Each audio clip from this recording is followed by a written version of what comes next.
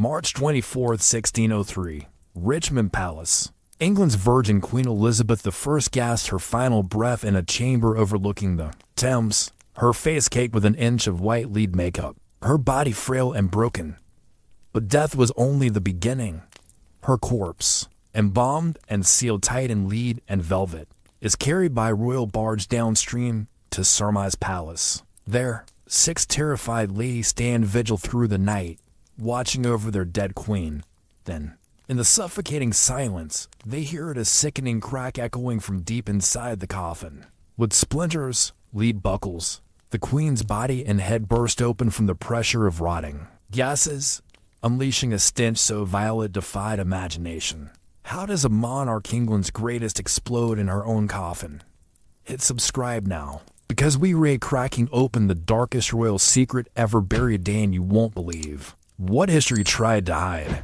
The year was 1603, and something was dying inside Richmond Palace for weeks. The corridors had been thick with whispers. Servants moved like ghosts through the halls, their eyes downcast, their voices hushed. The Queen Elizabeth, the Virgin Queen, England's immortal monarch, was fading, and everyone knew it. She had ruled for 45 years, survived assassination plots, armadas, betrayals that would have crushed lesser rulers. But now, at 70 years old, her body was finally surrendering to time. The woman who had once danced until dawn, who had ridden horses through storms and commanded fleets with a single word, could barely lift her head from the pillow. Her ladies in waiting found her sitting on cushions in her chamber, staring at nothing. She refused to eat, refused to sleep. For days, she sat there in silence, her fingers clutching the fabric beneath her, as if holding on to the throne itself. When they begged her to rest, to move to her bed, she shook her head. She knew what beds meant. Beds were where people went to die. But it wasn't just the exhaustion that horrified those who saw her. It was her face. Elizabeth had always worn makeup thick, whitely paste that transformed her aging skin into a mask of youth and power. But now, after weeks of illness, the makeup had cracked and caked into something grotesque. An inch thick in places, it clung to her sagging flesh like a death shroud. Underneath, her real face was gaunt, sunken, the skin mottled and gray. Her teeth, once hidden behind painted lips, had rotted black. The stench of decay hung around her even while she still breathed. The court physicians hovered uselessly. They tried remedies, bloodletting, herbs, prayers, but nothing worked. Elizabeth waved them away. She had no interest in their potions. She had always known this day would come. The question was never if, but when. On the night of March 23rd, she finally collapsed. Her ladies carried her to the bed she had refused for so long. She lay there, barely conscious, her breath rattling in her chest like stones in a jar. The room smelled of sweat and old perfume and something else, something sour and wrong. By the early hours of March 24th, the sound of her breathing had changed. It came slower now, each gasp a struggle. The women gathered around her bed, holding candles, their faces pale and drawn. Outside, the Thames whispered against the palace walls, indifferent to the death happening within. And then, between 2 and 3 in the morning, the breathing stopped. Elizabeth I, Queen of England, defender of the faith, the woman who had ruled an empire and never married, never bowed, never broken, was dead. But her body was only beginning its darkest transformation. The real horror was still to come. The moment Elizabeth's heart stopped, the palace erupted into controlled chaos. Within minutes, messengers were galloping through the pre-dawn darkness towards Scotland, carrying coded letters to James VI. The throne could not sit empty, not even for a day. England's enemies, Spain, France, Rome, were watching, waiting for any sign of weakness. The succession had to be swift, seamless, absolute. But first, they had to deal with the body. In the Tudor age, death was an industry. The moment a royal died, a small army of attendants descended upon the corpse. There were rituals to perform, traditions that stretched back centuries. And with a queen as powerful as Elizabeth, every detail had to be perfect. Her body would lie in state. Thousands would come to pay their respects. She had to look presentable, except she didn't. The women who prepared her corpse worked in grim silence. They removed the ruined gown. Stiff with weeks of sweat and illness, they peeled away the cracked makeup, revealing the face underneath skeletal, hollow-eyed, the skin already taking on the waxy pallor of death.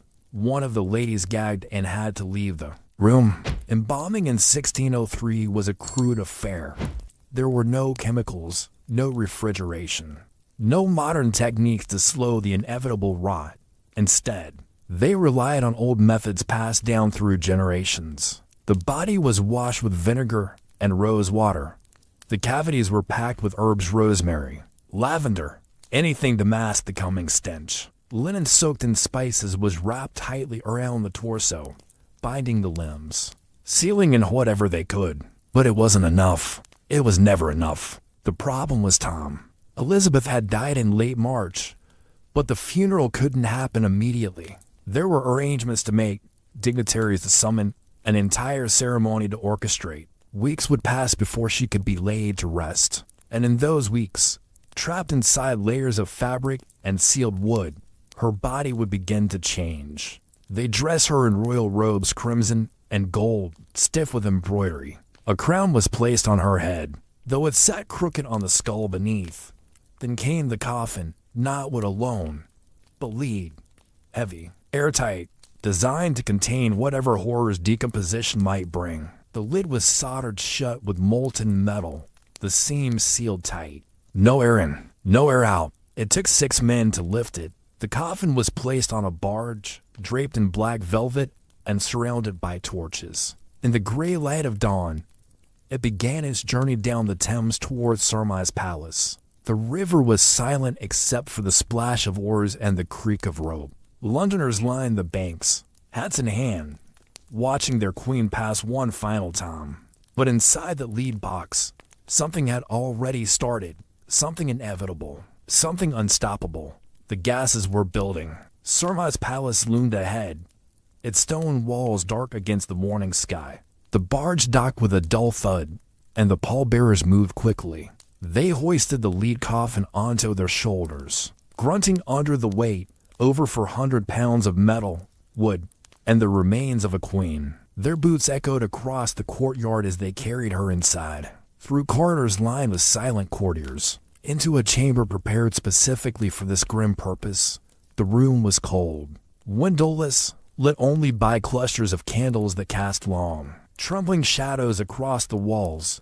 In the center sat a raised platform draped in black silk, and upon it they placed the coffin.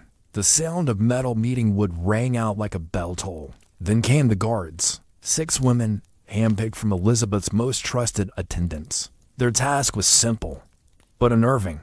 Watch over the body, day and night, never leaving, never sleeping at the same time. The queen would not lie alone in death, just as she had rarely been alone in life. But this wasn't an honor. It was a sentence. The first night, they sat in a circle around the coffin, their faces pale in the candlelight. At first, no one spoke. What was there to say? Their mistress, the woman they had served, feared, and loved, was sealed inside the metal box, just feet away. They could smell the earth through the seams, the sickly sweet perfume meant to cover what lay beneath. Hours passed. The candles burned lower. One of the women began to pray, her voice barely a whisper. Another stared at the coffin as if waiting for it to move. And maybe she was right to worry, because something was happening inside the Lee prison. Something the embalmers hadn't anticipated. The body wasn't resting. It was changing. In the airless dark, bacteria were feasting on dead tissue, multiplying by the millions. Every cell that broke down released gas methane, hydrogen sulfide, carbon dioxide, invisible, odorless at first, but building. The pressure was rising. By the third night, the women noticed something strange, a faint hissing sound, so soft they thought they'd imagined it. But when the room fell silent, they heard it again, a whisper of escaping air, like breath through clenched teeth. One of them stood, candle in hand, and approached the coffin. She leaned closer, listening. The hissing stopped. She exhaled in relief, and then the smell hit her. It wasn't herbs. It wasn't rose water. It was rot, thick and meaty and wrong. Seeping through the soldered seams of the lead coffin, she stumbled back, gagging, her hand over her mouth. The others smelled it too now. The room, once tolerable, was turning rancid. They opened the door, desperate for fresh air. But it didn't help. The stench clung to everything: their clothes, their hair, their skin. And still, they had to stay. Still, they had to watch. Because the Queen's final command was absolute: never leave her alone, even as her body swelled in the darkness. A week passed, then two. The funeral was still being planned, dignitaries traveling from across Europe, mourning garments being sewn, speeches being written. But in that sealed chamber at Surmise, time moved differently. The vigil had become a nightmare. The 6 women rotated in shifts now, 2 at a time. But none of them wanted to be there. The candles had to be replaced constantly because the air had grown so thick it choked the flames. The smell was no longer something you noticed when you entered, it was everything. It soaked into the stone walls, into the velvet drapes, into your lungs with every breath. And the sounds had gotten worse. At night, when the palace quieted and the only noise was the crackle of wax and wick, they could hear it clearly now, not hissing anymore. Something deeper, a groaning, a creaking, like the coffin itself was breathing. One woman swore she heard knocking from inside, a rhythmic tap tap tap, against the lead, as if something wanted out. The others told her she was imagining things, but their eyes said they'd heard it too. None of them slept well anymore. Some refused to turn their backs on the coffin. Others stared at it for hours, convinced the lid was bowing upward, bulging from pressure they couldn't see. They weren't wrong. Inside that airtight tomb, Elizabeth's body had transformed into something unrecognizable. The tight linen wrappings were soaked through with fluids that had nowhere to go. Her abdomen had swelled like a balloon, stretching the fabric until it tore. Her face, once carefully painted and positioned, had bloated beyond human shape. The gases trapped in her chest cavity pushed upward, distorting her rib cage, warping the very structure of her corpse, and the pressure kept building. The lead coffin had been designed to contain a body, not a chemical reaction. Every hour, more gas accumulated. Every hour, the metal walls groaned a little louder. The seams soldered shut with such care just days ago were starting to weep. Thin trails of yellowish fluid leaked from the joints, dripping onto the black silk below. The women didn't report it at first. Who would they tell? The funeral was too close now. The procession was scheduled. Foreign royals had already arrived in London to delay it, to open the coffin, and admit what was happening inside would be a scandal beyond measure.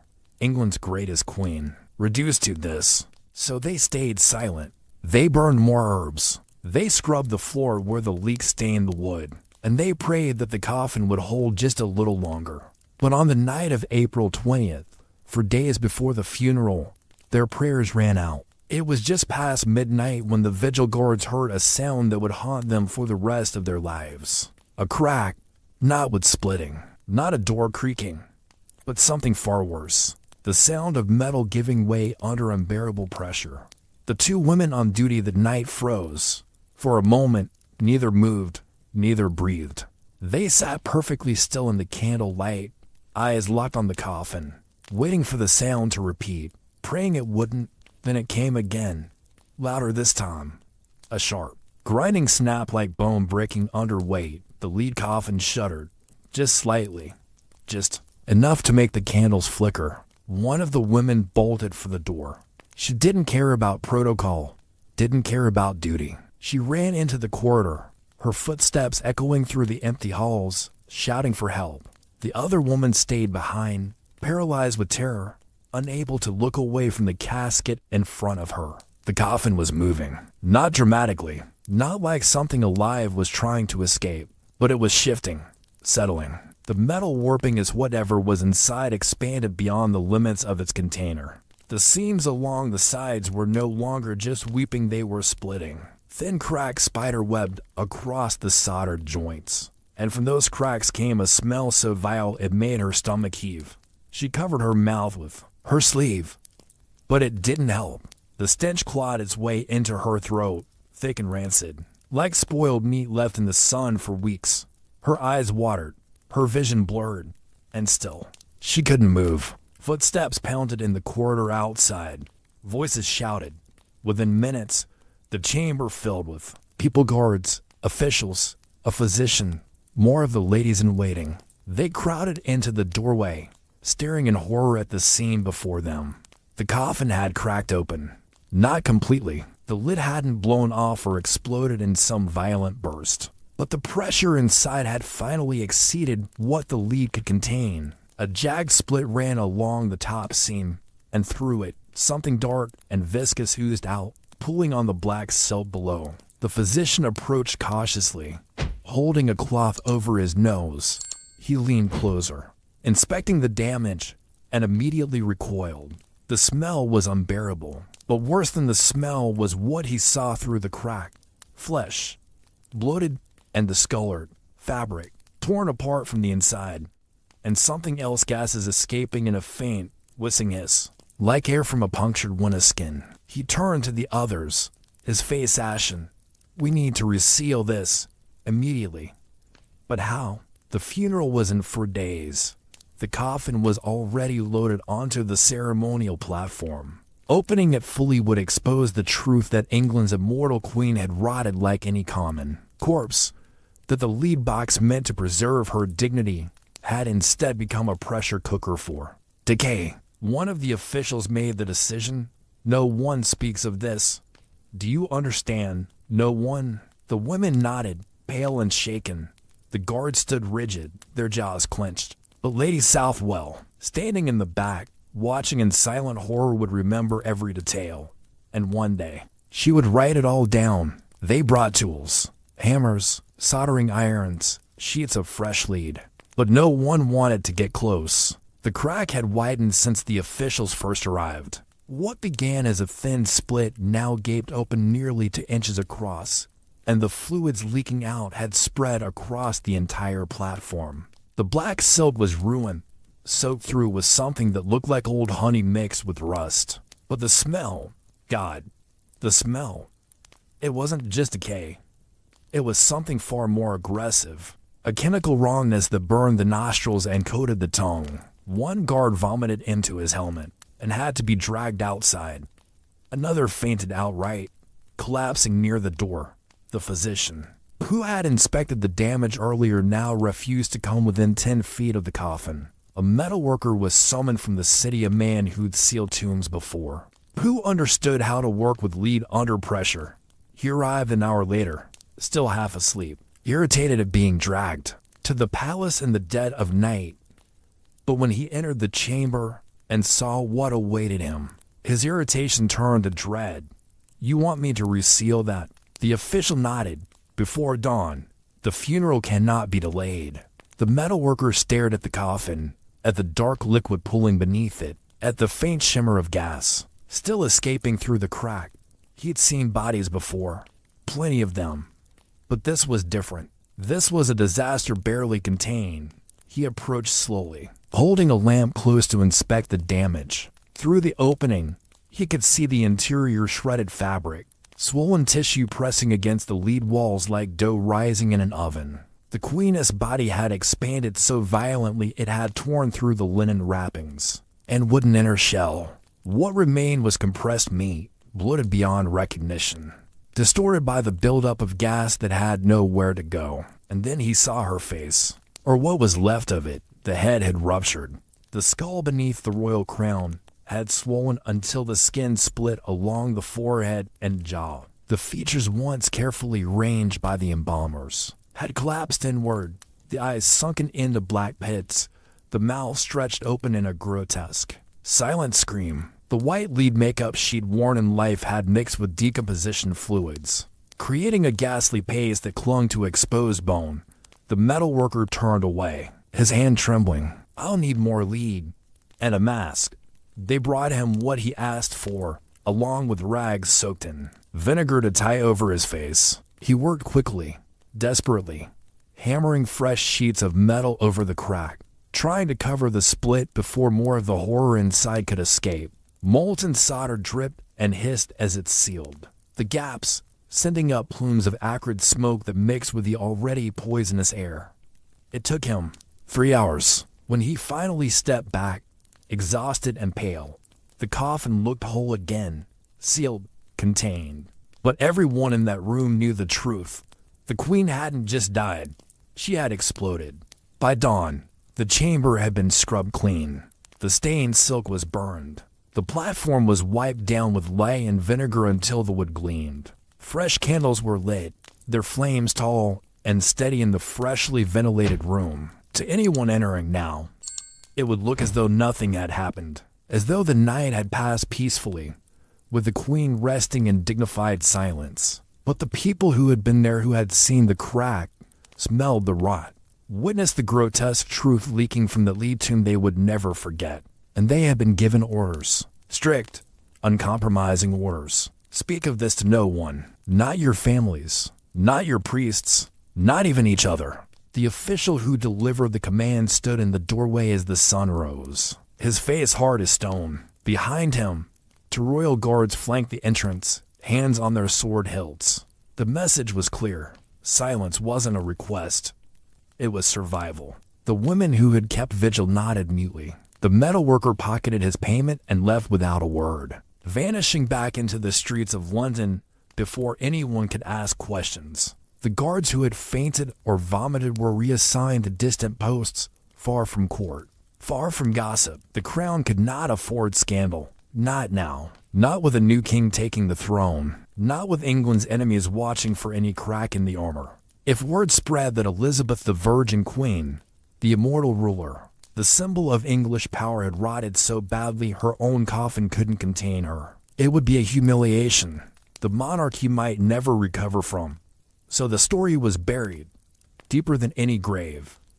But secrets have a way of leaking out, just like the fluids that seeped from that coffin. Whispers began almost immediately. Servants who had heard the commotion that night spoke in hushed tones to their friends. Guards muttered to each other in taverns, after too much ale, about the smell that still haunted their nightmares. One of the ladies in waiting confessed the horror to her sister, who told her husband, who told a merchant, who told half the city. Within days, London was alive with rumors. The queen's body had burst. Her coffin had exploded. She had been found in pieces. Some said the devil himself had come to claim her soul. Others whispered that she had been cursed, that her refusal to marry and produce an heir had angered God. The officials denied everything. They called it slander, hysteria, the ramblings of superstitious fools. But the more they denied, the more people believed. And in the palace, in the cold stone chamber, where the coffin still sat waiting for the funeral, the vigil continued. New women were assigned to replace those who could no longer bear it. They sat in shifts, watching the resealed casket, praying it would hold just for more days. But at night, when the palace slept and the candles burned low, they swore they could still hear it. That faint, terrible groaning, as if something inside was still trying to escape. Lady Elizabeth Southwell couldn't stop thinking about what she'd seen. Days had passed since that night, but the images replayed in her mind like a recurring nightmare. The split metal, the dark ooze, the twisted, swollen mass visible through the crack, barely human, barely recognizable. She'd stood at the back of the room, silent and forgotten, while officials barked orders and the metalworker hammered fresh lead over the horror. No one had told her to keep quiet. Perhaps they hadn't noticed her there at all. But she had seen everything, and she wasn't alone. Throughout the palace, others who had witnessed pieces of the disaster began connecting in secret. A servant who'd been sent to fetch tools, a guard who'd carried out the ruined silk, a priest who'd been summoned to bless the resealed coffin and had nearly fainted from the residual stench still clinging to the air. They spoke in corners, in whispered exchanges that ended the moment anyone approached, each person adding their fragment to the full picture. The crack had been worse than anyone admitted. The body inside wasn't just decomposing, it had ruptured violently, splitting open from internal pressure. Some claimed they had seen pieces of bone through the opening. Others swore the queen's head had detached entirely, rolling loose inside the lead shell.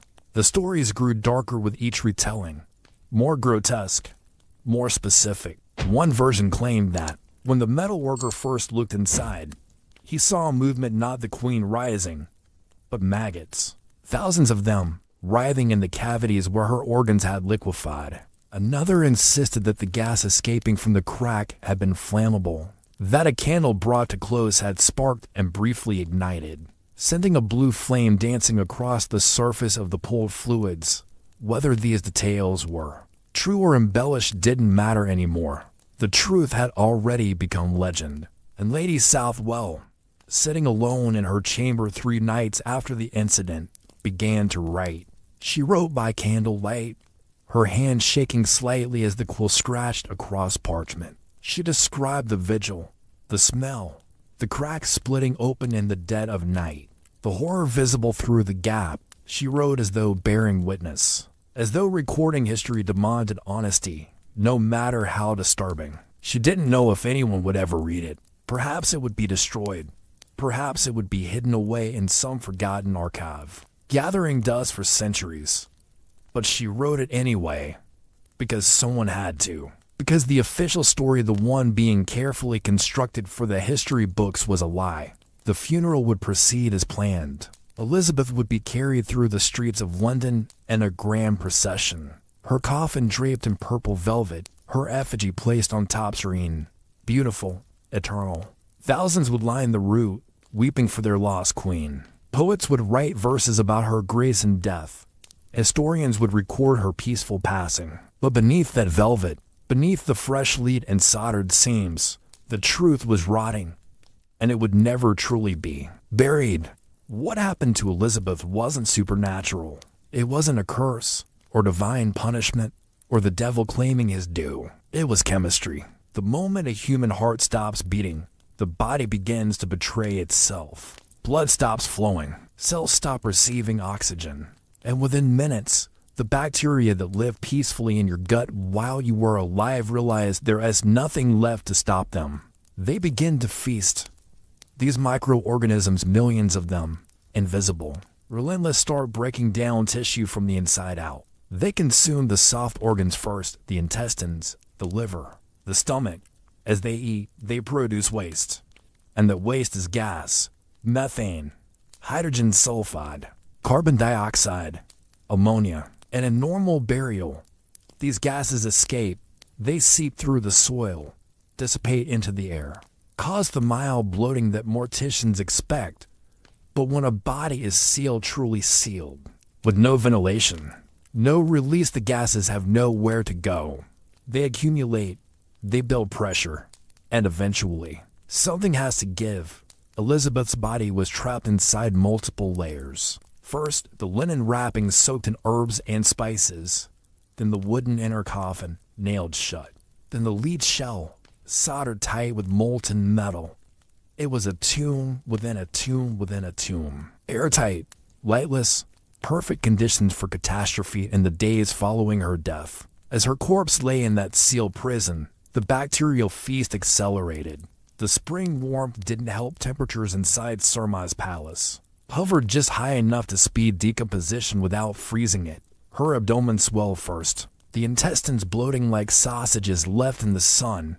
The pressure pushed upward, compressing her lungs, distorting her rib cage. The gases didn't just fill empty spaces, they created new ones. Tissue separated from bone, skin stretched beyond its limits and split, organs liquefied into thick, putrid soup that sloshed inside the body cavity. And still, the bacteria kept working, kept producing, kept generating more gas with every passing hour. By the end of the first week, Elizabeth's corpse had nearly doubled in volume.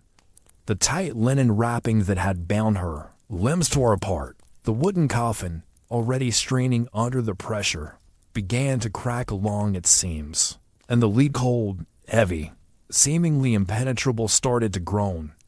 Because lead, for all its weight and density, has a breaking point. When pressure builds inside a sealed container, physics becomes simple. The gas pushes outward in all directions, seeking escape. It tests every joint, every seam, every weakness in the structure.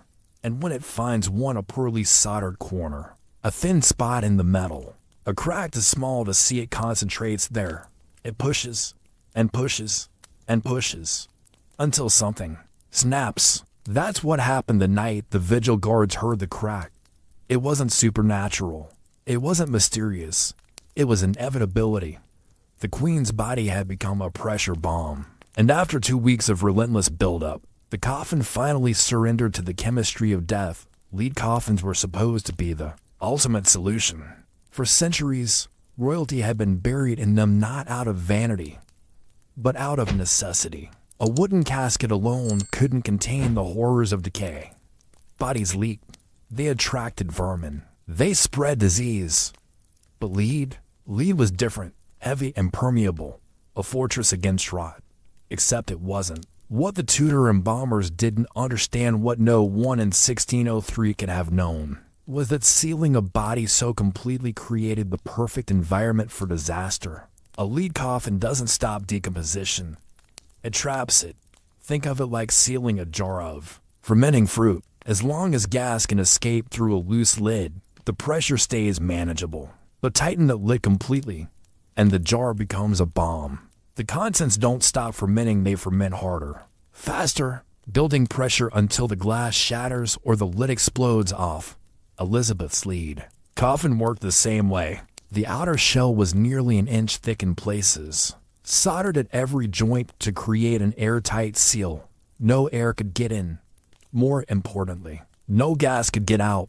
Inside, the decomposition process accelerated in the oxygen-starved environment. Anaerobic bacteria, organisms that thrive without oxygen, took over, producing even more gas than their aerobic cousins. The pressure climbed steadily. 10 pounds per square inch. 20, 30. The wooden inner coffin cracked first, splitting along the grain with sharp pops that went unheard in the darkness. Then the linen wrappings gave way, shredding as the swollen body pushed against them. But the lead held. For days, it held. Until it couldn't anymore. The problem wasn't the thickness of the metal.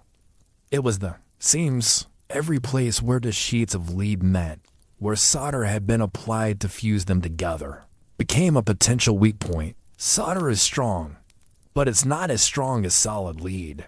And under sustained pressure, it begins to fail. First, microscopic cracks appear. Then those cracks widen, allowing gas to seep through in thin, hissing streams. The escaping gas relieves some pressure, but not enough, because inside, the bacteria are still working, still producing, still building. Eventually, the seam doesn't just crack, it ruptures. The metal peels apart with a sound like tearing fabric, only deeper, more resonant. The gas escapes in a violent rush, carrying with it whatever fluids have accumulated inside. And if the body has swollen enough, if the pressure has built to a critical point, the rupture can cause a chain reaction. The torso splits open. The head separates at weak points, the jaw, the neck. Internal organs that have liquefied burst through the abdominal wall. What was once a human being becomes a grotesque explosion of tissue, bone, and putrid liquid. This is what the metalworker saw when he looked through the crack in Elizabeth's coffin. This is what the vigil guard smelled in the weeks that followed. Not a curse, not divine wrath, just the brutal, unstoppable physics of decay meeting an immovable barrier. And the barrier lost. The embalmers of 1603 did everything they were taught, everything their masters had passed down through generations, and it still wasn't enough. Tudor embalming was more ritual than science. There were no chemicals to halt bacterial growth, no refrigeration to slow the process, no understanding of microbiology. They worked with what they had: vinegar, herbs, prayers, and hope. The process began immediately after death. The body was washed, cleansing away the grime of illness. Then came the packing, rosemary and lavender stuffed into cavities, tucked under arms, pressed against the torso. The theory was simple. Strong-smelling plants would mask the stench of decay. But masking isn't stopping. Underneath the herbs, the rot continued. Some embalmers removed internal organs, especially for important figures. Hearts were placed in separate urns. Intestines were extracted to prevent the worst of the bloating. But with Elizabeth, There's no clear record of evisceration. Some historians believe her body was left intact either out of respect for her final wishes or because the embalmers feared what they might find inside. Either way, it was a fatal mistake. Her organs became ticking time bombs. The stomach, still containing partially digested food, the intestines packed with bacteria, the liver, already diseased from years of stress and illness, each one a factory of decomposition, producing gas at an exponential rate. The linen wrappings they used were meant to compress and contain tight layers wound around limbs, across the chest, binding everything in place. But linen is porous. It breathes, and when soaked with bodily fluids, it weakens. What started as a restraint became a sodden, useless shroud. The real failure, though, was time. In an ideal world, Elizabeth would have been buried within days. But royal funerals were elaborate productions, weeks of preparation, diplomatic arrivals, rehearsals. Every delay gave the bacteria more time to work. Every day the coffin sat sealed in that chamber. The pressure inside climbed higher. Modern embalming uses formaldehyde, a chemical so toxic it kills bacteria on contact and preserves tissue for months, even years. Tudor embalmers had nothing remotely comparable. Their methods bought hours, maybe days, but never weeks. And Elizabeth needed weeks. By the time the funeral finally arrived, her body had been dead for over a month. 35 days of continuous decomposition inside a sealed metal tomb. The herbs had long since stopped masking anything. The linen had disintegrated into a pulpy mass. The wooden coffin had cracked in a dozen places, and the lid soldered shut with such confidence had failed catastrophically. If they had opened the coffin on the day of the funeral, if they had dared to look inside, they wouldn't have found a queen. They would have found something unrecognizable, a swollen, ruptured mass where a human being used to beat, skin blackened and split, bones visible through torn tissue, fluids pooling in the corners. This is what happens when you try to contain death, when you seal it away and pretend it isn't happening. Eventually, death finds a way out, and it's never pretty. Elizabeth wasn't the first royal to explode, and she wouldn't be the last. Centuries before her death, another English monarch suffered an even more public humiliation. William the Conqueror, the Norman king who invaded England in 1066, met his end in 1087 after a brutal riding accident. His massive body, bloated from years of excessive eating, was carried to a church in Caen, France, for burial. But the coffin they built was too small. The attendants tried to force his swollen corpse inside, pushing down on the abdomen to make it fit. And that's when it happened. The pressure was too much. William's body burst open mid-funeral, spraying the congregation with putrid fluids and filling the church with a stench so overwhelming that mourners fled, gagging and vomiting. The service was abandoned. The king was shoved into the ground as quickly as possible, his dignity left rotting on the church floor. Then there was Henry VIII, Elizabeth's own father. The tyrant who'd reshaped England to suit his desires died in 1547, obese, diseased, his leg ulcers weeping infection. His body was placed in a lead coffin and transported to Windsor for burial. But somewhere along the journey, the coffin began to leak. By the time it reached Windsor Castle, a foul-smelling liquid was seeping through the seams. The guards carrying it reported that the coffin felt warm to the touch, as though something inside was generating heat. That night, servants claimed they heard strange sounds coming from the chapel where Henry's body lay groaning, hissing, the scrape of metal shifting. When they opened the doors the next morning, they found the stone floor beneath the coffin stained dark. The king had ruptured, just like his daughter would 56 years later. Dogs were later seen licking the leaked fluids from the floor, fulfilling a prophecy made years earlier that Henry's blood would be licked by dogs as punishment for his cruelty. These weren't isolated incidents. They were the inevitable result of sealing royalty in airtight tombs without understanding the science of decay. Across Europe, similar stories emerged. French kings whose coffins cracked during transport, Spanish nobles whose burial vaults had to be resealed after explosions.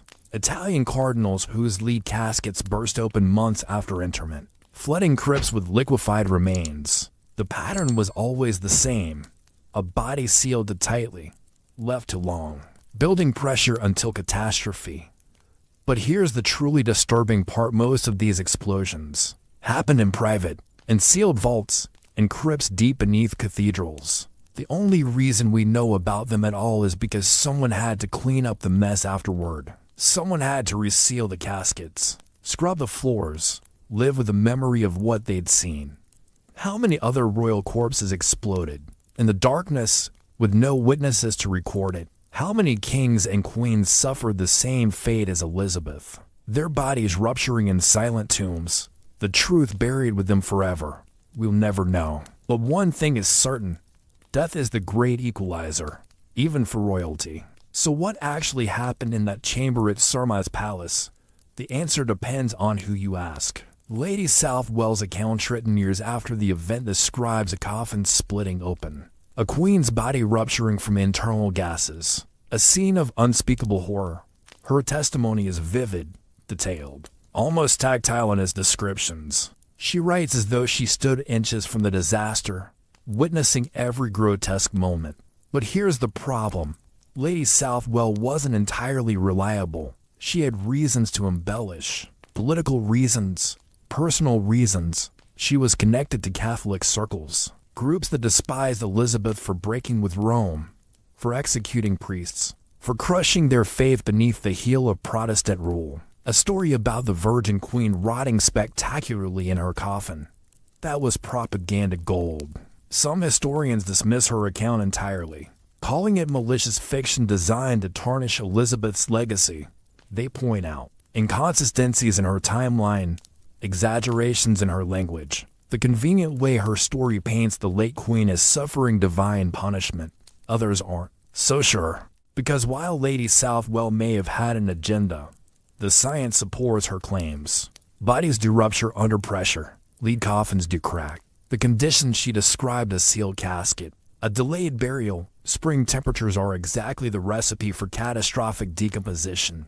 And she wasn't the only witness. Fragments of similar accounts survive from other sources.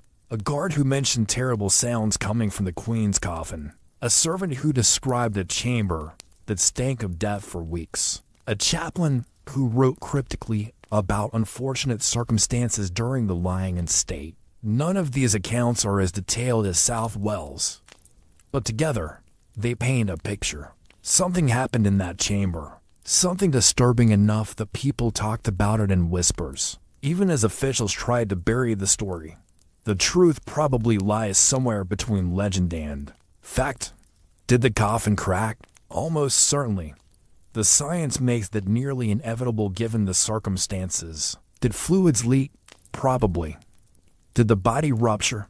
Very likely, at least partially. But did it explode in the dramatic, violent way Southwell describes? That's harder to verify. She may have witnessed a genuine disaster and then amplified it in the retelling, or she may have heard secondhand accounts and stitched them into a narrative that served her purposes. What we do know for certain is this: Elizabeth's body was not in good condition.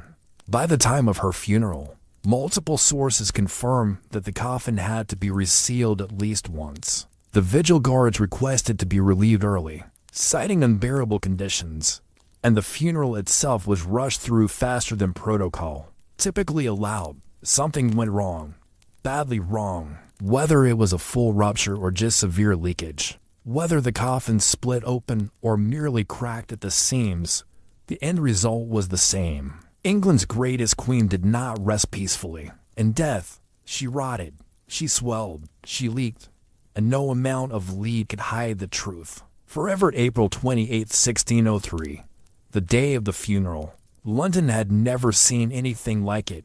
Thousands crammed the streets, perched on rooftops, hanging from windows, desperate for one last glimpse of their queen. The procession stretched for blocks, nobles in black velvet, courtiers carrying banners, soldiers marching in formation, and at the center of it all, draped in purple and gold, was the coffin. On top of it sat an effigy, a wax figure of Elizabeth dressed in royal robes. Her face painted white, serene, and beautiful, lifelike, eternal. It was meant to represent the queen, as she had been in life powerful, dignified, immortal. But beneath the velvet covering, the truth was far different. The coffin that the pallbearers carried was heavy, far heavier than it should have been. The lead alone accounted for much of the weight, but there was something else too. The fluids that had leaked and been reabsorbed. The additional layers of metal hastily soldered over the cracks. The wooden supports added to reinforce the damaged structure. This wasn't the pristine casket that had left Richmond Palace weeks ago. This was a patched, desperate attempt to hold together something that had already fallen apart. The crowd didn't know. They wept as the procession passed, throwing flowers, calling out prayers. To them, this was a moment of national mourning, the end of an era, the loss of a beloved monarch. But the men carrying the coffin knew better. They'd been warned about the smell, told to keep their faces neutral no matter what. Some had wrapped cloth soaked in lavender oil around their necks, tucked just beneath their collars. Anything to block out the stench that still seeped from the sealed casket. The procession wound through the streets toward Westminster Abbey, passing landmarks Elizabeth had known her entire life. The Tower, where she'd been imprisoned as a young woman. The Thames, where she'd traveled by barge countless times. The palace where she'd held court for 45 years. Now she was leaving it all behind, forever. Inside the abbey, the vault had been prepared. It was located beneath the floor of the Henry VII Chapel, a cold stone chamber where her grandparents already rested. The coffin was lowered carefully, pallbearers grunting under the weight, ropes creaking. It settled with a heavy thud. Prayers were said. Incense was burned, thick clouds of it, more than usual, filling the chapel with smoke that masked other smells. The ceremony was shorter than expected. Rushed, some noted. But after weeks of waiting, of vigils and leaks and whispered scandals, everyone just wanted it. Finished, the vault was sealed, stone slabs laid over the entrance, and Elizabeth, England's Virgin Queen, was finally at rest. Or so they thought. Because even in death, even buried beneath layers of stone and lead and ceremony, the truth had a way of rising to the surface. Just like the gases that had torn her coffin apart, some secrets refused to stay buried. Elizabeth didn't stay alone for long. 40 years after her burial, another coffin was brought into the vault beneath Westminster Abbey. This one belonged to Mary the First Bloody Mary, Elizabeth's half-sister, the Catholic queen who'd burned Protestants at the stake and died hated by half the nation. Mary had been buried elsewhere originally, but plans changed. Someone decided the two sisters should rest together. Ironic, considering they'd spent most of their lives as enemies. Mary had imprisoned Elizabeth. Elizabeth had undone everything Mary built. They represented opposing faiths, opposing visions for England. And now they would share a tomb, forever. The workers who moved Mary's remains reported something strange. When they opened her original coffin, they found it in surprisingly good condition. Her body, though long dead, hadn't suffered the catastrophic decomposition that Elizabeth's had. Perhaps because her coffin had been ventilated, perhaps because she'd been buried properly, without delays or political spectacle. But when they placed her casket next to Elizabeth's in the vault, they noticed something unsettling about the Queen's resting place. The floor beneath Elizabeth's coffin was stained. Dark patches had spread across the stone, as though something had leaked through the lead, through the wood, through layers meant to be impenetrable. The stains had been there for decades, impossible to scrub away. Some said it was just moisture from the damp vault, condensation, nothing more.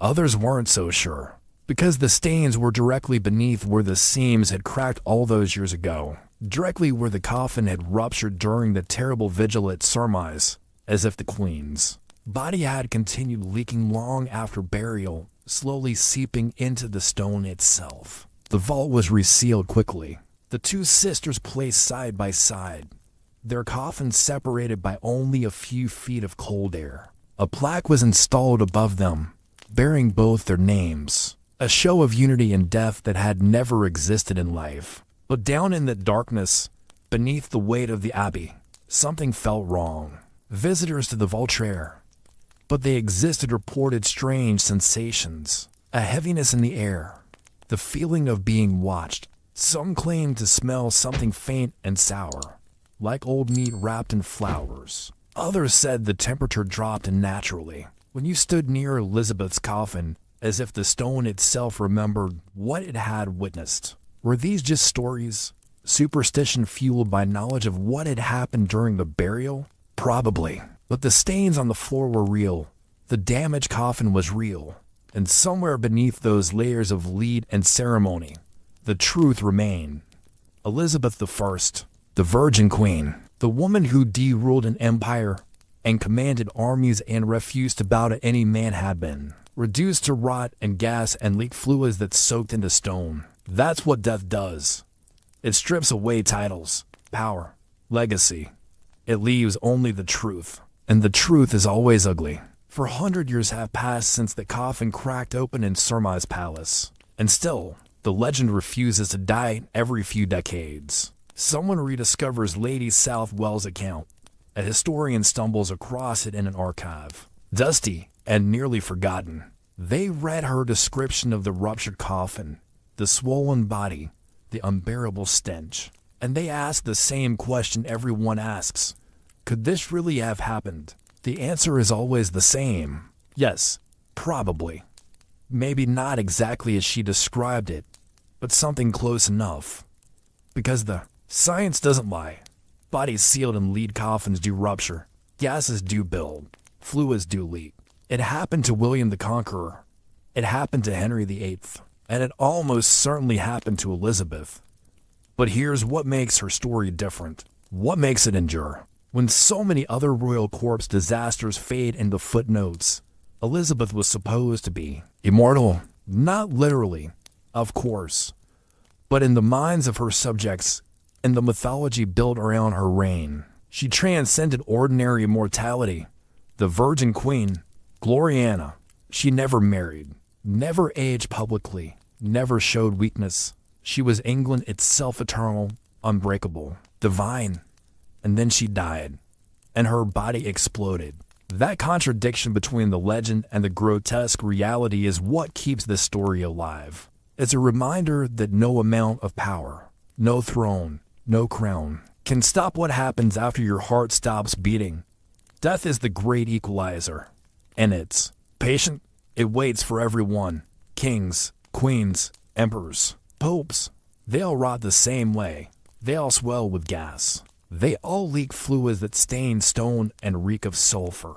The only difference is how many people are watching when it happens. In Elizabeth's case, not many saw the truth. The officials covered it up. The metalworker resealed the coffin. The funeral proceeded as planned, with all its pageantry and false dignity. Most people never knew what had really happened in the chamber at Surma's. But enough people knew. Enough to whisper, enough to write it down. And that's how legends are born, not from complete lies, but from uncomfortable truths that someone tried very hard to bury. Today, Elizabeth still rests beneath Westminster Abbey, sharing that vault with her sister Mary. Tourists walk overhead every day, snapping photos, reading plaques, marveling at the architecture. They have no idea what lies beneath their feet, what soaked into that stone for centuries ago. Maybe that's for the best. Because the truth about death, royal or otherwise, isn't comforting. It's not poetic. It doesn't care about legacy or legend or how history remembers you. It just is. Elizabeth I lived 70 years. She ruled 45 of them. She defeated armadas, survived assassinations, shaped an empire, and in the end, she became exactly what every human becomes. Rot, gas, bones. A story whispered in the dark, a crack echoing through history, a reminder that even queens explode. So the next time you walk through Westminster Abbey, remember what lies beneath those beautiful stones. Remember that even the most powerful monarch in history couldn't escape the most basic law of nature. Death comes for everyone: kings, queens, emperors, It doesn't matter how much lead you wrap around it or how many lies you tell. The truth always finds a way out. If you found the story as chilling as we did, hit the like button and subscribe for more dark history the textbooks won't tell you, because the past is full of secrets, and we're just getting started digging them up. Until next time, remember history isn't always pretty, but it's always honest.